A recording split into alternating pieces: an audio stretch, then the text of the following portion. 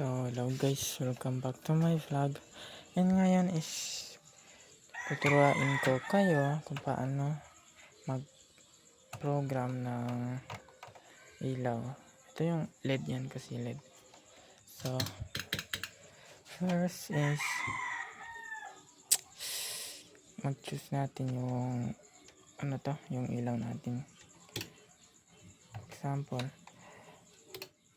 gusto ko for example mag-program muna tayo yan, blue yan, mana yung blue for example. Ngayon okay na yung program. So kung isave na natin, so punta tayo sa scene, yan scene, tapos yan makikita natin na may nag-blink na green.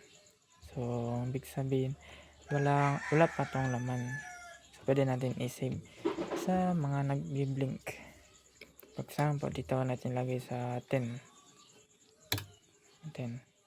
Tapos exit clear lang natin. Then ayun, gumana nga. Tapos ngayon may ibang event na naman tayo, so kailangan natin magpalit ng kulay. Tapos ayaw natin i-delete to, so pwede lang natin yan i-edit. So choose lang natin yung ilaw, then gawin natin green. Yan, green. So same lang yun, pinutin natin yung scene, tas yung program natin.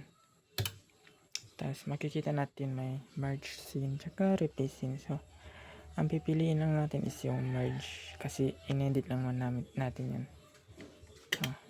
Merge ito. Tapos try natin ulit. Okay, so gumana. At ano lang paano mag-program ng ilaw. So